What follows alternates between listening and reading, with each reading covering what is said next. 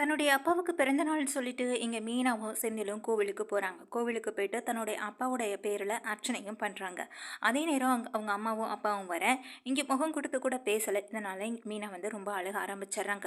இங்கே அவங்களே போய் பேசினாலும் வீணா திட்டு வாங்கிட்டு வந்து அழுக ஆரம்பிச்சுட்டு நேராக வீட்டுக்கும் போகிறாங்க. இங்கே மீனாவோட முகம் சரியில்லாத பார்த்தா பாண்டியன், என்னம்மா என்னாச்சு, காலையிலே அப்பாவுக்கு பிறந்த நாள்னு சொல்லிட்டு போனியே அப்படின்னு சொல்லி கேட்குறாங்க.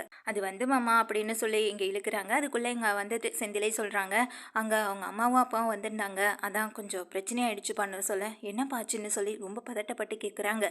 இங்கே தங்கமயில நின்றுட்டுருக்க கோமதியும், என்னடி திட்டினாங்களா ஒன்று ஏதோன்னு சொல்ல, அவங்க திட்டாமல் இருந்தால் தானே ஆச்சரியம்னு மீனாவும் சொல்கிறாங்க. அதுக்கு தங்கமயிலும், என்ன இருந்தாலும் பெற்ற அம்மா அப்பாவுக்கு கோவம் இருக்கத்தானே செய்யும், ஏன் மீனா அவங்க தான் திட்டுறாங்கன்னு தெரியுதுல்ல, பின் எதுக்கு நீங்கள் போய் பேசுனீங்கன்னு சொல்ல, ஏங்க அதே இடத்துல உங்கள் அம்மா அப்பா இருந்திருந்தா நீங்களும் போய் பேசாமல் இருந்திருப்பீங்களான்னு சொல்லி கேட்குறாங்க. என்ன எங்கள் அம்மா அப்பா அந்த மாதிரி வளர்க்கலை, நான் காதல் கல்யாணம் பண்ணிட்டு போகிற அளவுக்குன்னு சொல்லி இங்கே வந்து பாண்டியன் இருக்கிறதுக்கு முன்னாடியே நேரடியாக சொல்ல, இது பாண்டியனுக்கும் ஒரு மாதிரி ஆகிடுது, கோமதிக்கும் ஒரு டென்ஷன் ஆகிடுது. மீனாவும் முறைச்சி பார்க்குறாங்க. நான் அப்படி சொல்லவில்லை மீனா, நீங்கள் எதுவும் தப்பாக நினச்சிக்காதீங்கன்னு சொல்ல, போதும் நிறுத்துங்கன்ற மாதிரி கையை அசைக்கிறாங்க. இங்கே உடனே பாண்டியன் சொல்கிறாங்க, ஏன்பா காதல் கல்யாணம் ஒன்றும் தப்பு இல்லையே, நானும் இங்கே கோமதியும் காதல் கல்யாணம் தான் பண்ணிட்டு வந்தோம், ஆனால் எனக்கு எங்கள் அம்மா அப்பா இல்லை, அதனால் என்னையை கண்டிக்கிறதுக்கோ கேட்குறதோ ஆட்கள் இல்லை. ஆனால் அதே நேரம் என்னுடைய பசங்களுக்கு அம்மா அப்பான்னு சொல்லி நாங்கள் 2 பேருமே இருக்கோம். அவங்க எங்ககிட்ட கேட்காம சொல்லாமல் கல்யாணம் பண்ணதான் மிகப்பெரிய தப்பாக இருந்தது. மற்றபடி எங்களுக்கு அவங்க மேலெல்லாம் எந்த கோவமும் இல்லைன்னு சொல்லி எங்கள் தங்கமயில் முகத்தில் அடிக்கிற மாதிரி பேசுகிறாங்க. அதே போல் கோமதியும் கேட்குறாங்க, காதல் கல்யாணம்னா உனக்கு அவ்வளோ பெரிய விளையாட்டாக போச்சா, இங்கே எங்களுக்கு முன்னாடியே அதை பற்றி தப்பாக பேசுகிறேன்னு சொல்லி இங்கே வந்து கோமதி கோவப்படுறாங்க. ஐயோ, நம்ம அவசரப்பட்டு வாயை விட்டுட்டோமோ நினச்சி தங்கமயிலும் நின்றுட்டுருக்காங்க. அப்போ தான் எங்கள் செந்திலும் பாண்டியன் கிட்ட சொல்கிறாங்க, இல்லைப்பா அது ஒன்றும் பெரிய பிரச்சனையெல்லாம் ஆகலைப்பான்னு சொல்ல, இங்கே வந்து பாண்டியன் சொல்கிறாங்க, சரி விடுப்பா மீனா, உங்கள் அம்மா அப்பாவுக்காக போனேன், அவங்கள பார்த்த வரைக்கும் நினச்சி சந்தோஷப்பட்டுக்க அப்படின்னு சொல்கிறாங்க. எனக்கும் அதே சந்தோஷந்தான் மாமா, அதனால தான் அவங்க பேசினதை நான் பெரிய விஷயமா எடுத்துக்கலன்னு சொல்லிட்டு இங்கே வந்து தங்கமயில பார்த்து முறைச்சப்படி நின்றுட்டுருக்கேன். பாண்டியனும் கடைக்கு கிளம்பி போகிறாங்க. அதே போல் செந்திலும் போக இங்கே வந்து கோமதி, தங்கமயில், ராஜி, மீனானு எல்லாரும் இறந்துக்கிட்டு இருக்காங்க. சரிக்கா, உங்கள் அப்பாவோட பிறந்தநாளுக்கு வருஷம் வருஷம் என்னெல்லாம் செய்வீங்க அப்படின்னு சொல்லி கேட்குறாங்க. எங்கள் ராஜியும், எங்கள் வீட்டில் என்னெல்லாம் எங்கள் அம்மா வந்துட்டு செய்வாங்களே எங்கள் அப்பாவுக்கு பிடிச்சதெல்லாம் அதை தான் நான் இன்றைக்கி செய்ய போகிறேன்னு சொல்கிறாங்க எங்கள் மீனாவும். இங்கே வந்து ஏற்கனவே கிச்சனுக்குள்ளே அலோவ் பண்ண மாட்டாங்க அத்தை, இப்போ நீங்கள் போய் சமைக்கிறீங்கன்னு சொன்னால் கண்டிப்பாக விட மாட்டாங்கன்னு சொல்ல, இங்கே மீனா இன்றைக்கி ஸ்பெஷலாக சமைக்கணும்னு சொல்கிறா. இத்தனை நாளாக நீ சமைச்சல, இன்றைக்கி ஒரு நாள் மீனா சமையல் பண்ணட்டும் விடு அப்படின்னு சொல்லிடுறாங்க. இப்படி இங்கே வந்துட்டு மீனாவுக்காக சப்போர்ட் பண்ணி பேசுகிறேன் கோமதியை பார்த்தவனுமே இங்கே வந்து தங்கமேலுக்கு ரொம்ப அதிர்ச்சியாக இருக்குது. நம்மளை ஒரு வேலை செய்ய விட மாட்டாங்க, இங்கே மீனாவை கிச்சனுக்குள்ளே அலோவ் பண்ணுறாங்களே நினச்சிட்டு ரொம்ப டென்ஷனில் இருந்துக்கிட்டு இருக்காங்க. சரி நீங்கள் வாங்கக்கா, நம்ம போய் ஹாலில் உட்காரலான்னு சொல்லி இங்கே தங்கமேல கையோடு கூட்டிகிட்டு போகிறாங்க ராஜி. அதே போல் கிச்சனுக்கு உள்ளே போன மீனா வந்துட்டு ரொம்ப நல்லாவே சமைக்கிறாங்க. சமையல்லாம் பண்ணிவிட்டு இங்கே வந்து மாமாவெல்லாம் ஃபோன் போட்டு வீட்டுக்கே வர சொல்லிடுறாங்க. சரவணன், பாண்டியன், அதுக்கப்புறம் செந்தில், பழனிவேல் எல்லாரும் வீட்டுக்கு வந்து சாப்பிட்டு ரொம்ப பிரமாதமாக இருக்குமா, இங்கே தங்கமேல் சாப்பாடை மட்டுமே சாப்பிட்டுட்டு இருந்தேனா, அதனால் அந்த சாப்பாடு அது ஒரு வகையான டேஸ்ட்னா, நீ சமைக்கிறதும் நல்லா இருக்குமா அப்படின்னு சொல்கிறாங்க. எங்கள் மீனாவை பாராட்டுறாங்க பாண்டியனும். இதை பார்த்துட்டு இருந்த தங்கமேல் இப்படியே விட்டுட்டா அப்புறம் கிச்சனோட பொறுப்பு எங்கள் மீனா கைக்கு போயிடுமோன்னு நினச்சி பயப்படுறாங்க. இருந்தாலும் அவங்க தான் வேலைக்கு போயிடுவாங்களே, இன்றைக்கி தானே ஒரு நாள் தானே சமைக்கிறாங்க, அதனால் எந்த பிரச்சனையும் இல்லைன்னு நினச்சிட்டு இங்கே தங்கமேலே இருந்துட்டுருக்காங்க. இதெல்லாம் ஒரு பக்கம் நடந்துட்டுருக்கு. இங்கே வந்து பாண்டியனும் சாப்பிட்டு முடிச்ச கையோட வெளியில் போயிடுறாங்க. அதே போல் எங்கள் மீனா வந்துட்டு இன்றைக்கி ஈவினிங் எல்லாருக்கும் ஒரு பெரிய சர்ப்ரைஸ் இருக்குதுன்னு சொல்லிடுறாங்க. என்ன சர்ப்ரைஸ்க்கான்னு சொல்லிட்டு எங்கள் ராஜி கேட்க, அதுதான் சர்ப்ரைஸ்ன்னு சொல்கிறேன், அப்புறம் என்ன ராஜி அதை பற்றி கேட்குறேன்னு சொல்லிட்டு இங்கே வந்து மீனா அதுக்கப்புறம் அதை பற்றி ஒன்றுமே சொல்லலை. ஈவினிங் எல்லாருமே வீட்டுக்கு வந்த கையோட நம்ம எல்லாருமே இப்போ கோவிலுக்கு போக போகிறோம் அப்படின்னு சொல்கிறாங்க. இங்கே வந்துட்டு மீனா, காலையில் தானே மீனா கோவிலுக்கு போகணும் அப்படின்னு சொல்ல, அதான் சர்ப்ரைஸ்ன்னு சொல்கிறேன் இல்லைங்க, நீங்கள் வரீங்களா இல்லையா அப்படின்னு சொல்லி கேட்குறாங்க.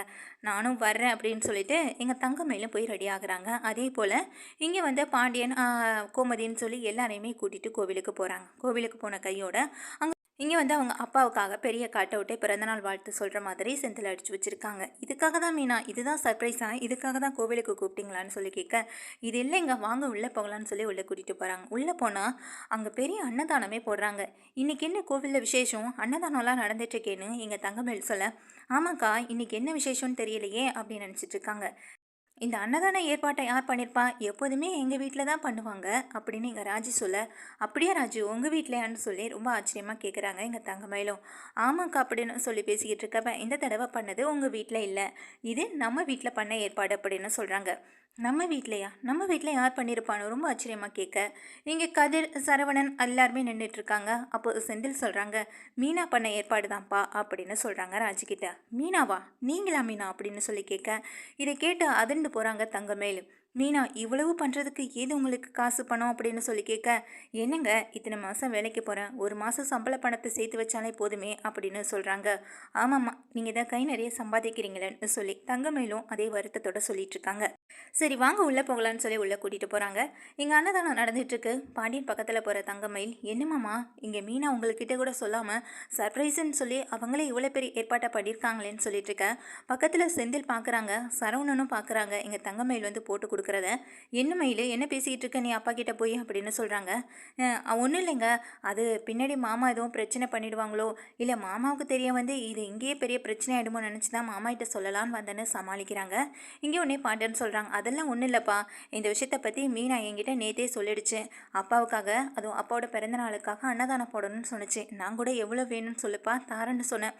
ஆனால் இது நான் எங்கள் அப்பாவுக்கு, எங்கள் அப்பா என்னை படிக்க வச்சாங்க, எனக்கு வேலைக்கு அனுப்பணும்னு ஆசைப்பட்டாங்க. என்னோட சம்பாத்தியத்தில் அப்பாவுக்கு நான் வந்துட்டு ஒரு பெரிய அன்னதானம் போடணும்னு நினைக்கிறேன் அப்படின்னு சொன்னிச்சு. அதனால தான்ப்பா நானும் இதை வீட்டில் சர்ப்ரைஸாக இருக்கட்டும்னு சொன்னதுனால தான் நானும் தெரியாத மாதிரி காட்டிக்கிட்டேன்னு சொல்கிறாங்க எங்கள் தங்கமயிலும். இது தங்கமயிலுக்கு பெரிய அவமானமாக போனாலும் இங்கே சரவணன் வந்துட்டு தன்னை பார்த்து முறைக்கிறத பார்த்து பயந்து போய் நின்றுட்டுருக்காங்க. அதே போல் இங்கே செந்திலுக்கும் தங்கமயில் பண்ணுற ஒவ்வொரு விஷயமும் கொஞ்சம் கூட பிடிக்கல. மீனாவை வந்துட்டு எல்லா இடத்துலையும் போட்டு கொடுக்கணும், மீனா வந்து திட்டு வாங்க வைக்கணும்னு நினச்சிட்டே இருப்பாங்க போல் நினச்சிட்டு இங்கே வந்துட்டு தன்னுடைய வேலைகளை அன்னதானம் கொடுக்குற வேலைகளையும் பார்த்துட்டு இருக்காங்க. கோவில் ஃபுல்லாக சுற்றிட்டு வந்து எல்லாரும் ஒரு இடத்துல உட்காந்து இங்கே அன்னதான சாப்பாட்டையும் சாப்பிட்றாங்க. கொஞ்ச நேரத்தில் எங்கள் தங்கமயிலோட அம்மா பாக்கியம், அப்பா, அப்புறம் தங்கச்சின்னு சொல்லி எல்லாரும் கோவிலுக்கு வரேன். ஏன் சம்மந்தி இவ்வளோ நேரம் ஆயிடுச்சு அப்படின்னு சொல்லி கேட்குறாங்க. இங்கே இதை பார்த்த உடனே தங்கமயில் ஓடி போக, என்னம்மா இங்கே கோவிலுக்கு வந்திருக்குன்னு சொல்லி கேட்க, சம்மந்தி தாண்டி வர சொன்னார், என்ன ஏதுன்னு தெரியல, நேரில் வாங்க பேசிக்கலான்னு சொன்னார், ஆனால் கிளம்புறதுக்கு கொஞ்சம் நேரம் ஆயிடுச்சுடின்னு சொல்லிட்டு இருக்காங்க. என்ன சம்மந்தி அன்னதானமே கொடுத்து முடிச்சாச்சு, இவ்வளோ நேரம் கழிச்சு வரீங்கன்னு சொல்லிட்டு, என்னப்பா சாப்பாடு இருக்கான்னு சொல்லி கேட்குறாங்க. இருக்கு மாமான்னு சொல்ல, சரிப்பா முதல்ல இவங்களுக்கு கொடுன்னு சொல்ல அன்னதான சாப்பாடு எடுத்து கொடுக்குறாங்க. இதை வாங்கிக்கிட்டேன். இங்கே வந்துட்டு பாக்கியமும் என்ன விசேஷம்னு சொல்லி கேட்குறாங்க. மீனோட அப்பாவுக்கு இன்னைக்கு பிறந்த நாள் இல்லையா, அதனால தான் அப்படின்னு சொல்கிறாங்க.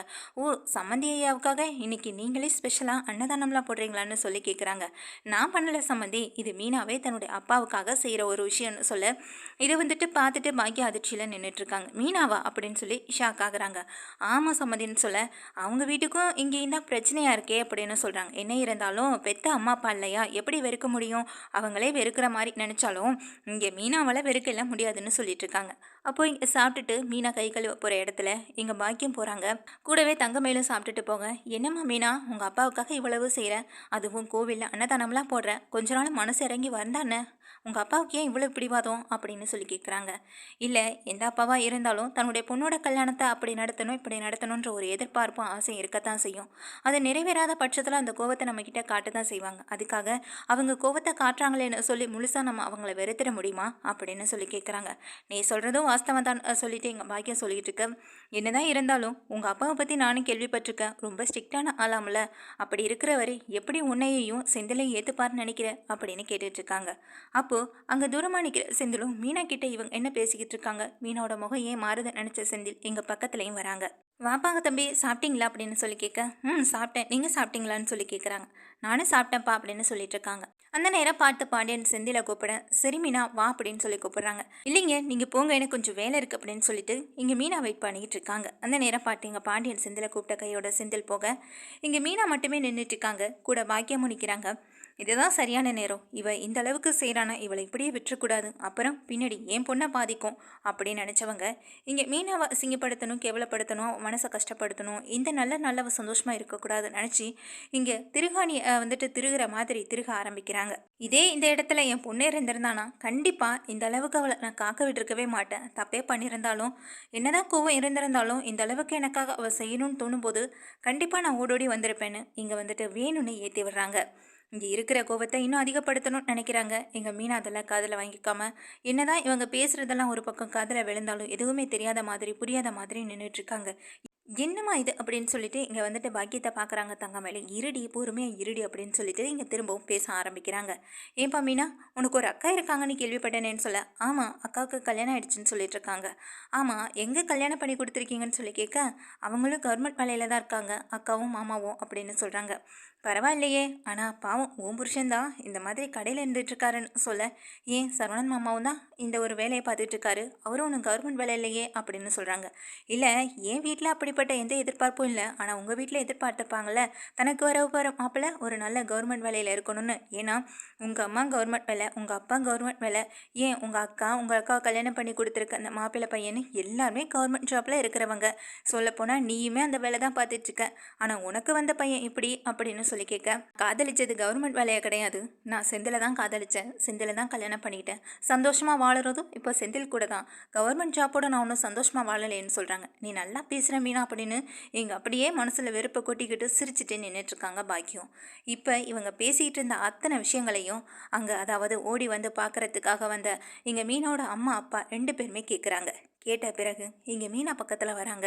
இங்கே மீனா பக்கத்தில் வந்து அவங்க அம்மா அப்பாவை பார்த்த உடனே ரொம்ப அதிர்ச்சி ஆகுறாங்க எங்கள் பாக்கியமும் தங்கமேலும். அங்கே தூரமாக நின்றுட்டு இருந்த செந்தில், சரவணன், கதிர், அப்புறம் பாண்டியன், கோமதின்னு எல்லார் பக்கத்தில் வராங்க.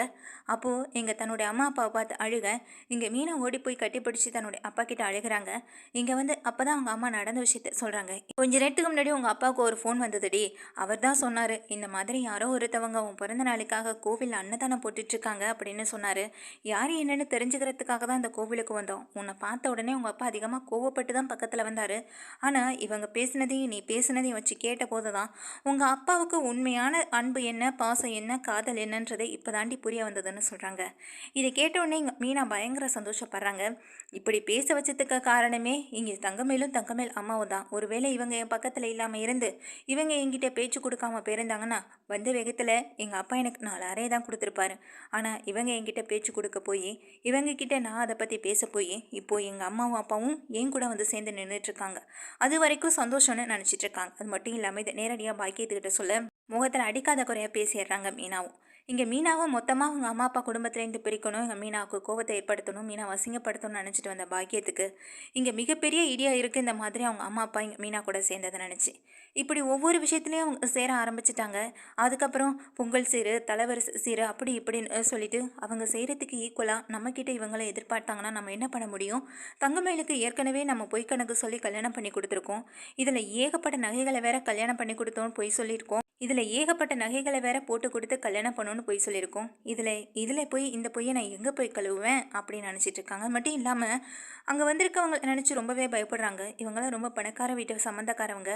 ஒருவேளை பாண்டியன் வந்துட்டு நம்மக்கிட்டேருந்து எதையும் எதிர்பார்த்து நம்ம அதை செய்யலைன்னா கடைசியில் நம்மளை விட்டுட்டு அந்த பக்கம் தாவிடுவாரோ, இங்கே தங்கமேல் நிலைமை என்னாகிறதுன்னு இப்படி பல வகைகளில் பல குழப்பங்களில் இங்கே பாக்கியமும் இருந்துகிட்டு இருக்காங்க. ஆனால் இங்கே மீனா ரொம்ப சந்தோஷமாக இருந்துட்டு இருக்காங்க. வினை விதைத்தவன் வினை அறுப்பான்ற மாதிரி நல்லது செஞ்சால் நல்லது நடக்கும். அதே மற்றவங்களுக்கு கெடுதல் செய்யணும்னு நினச்சா அந்த கெடுதல் திரும்ப அவங்களுக்கே திருப்பி ஆப்பு வைக்கவும் நினைக்கும்.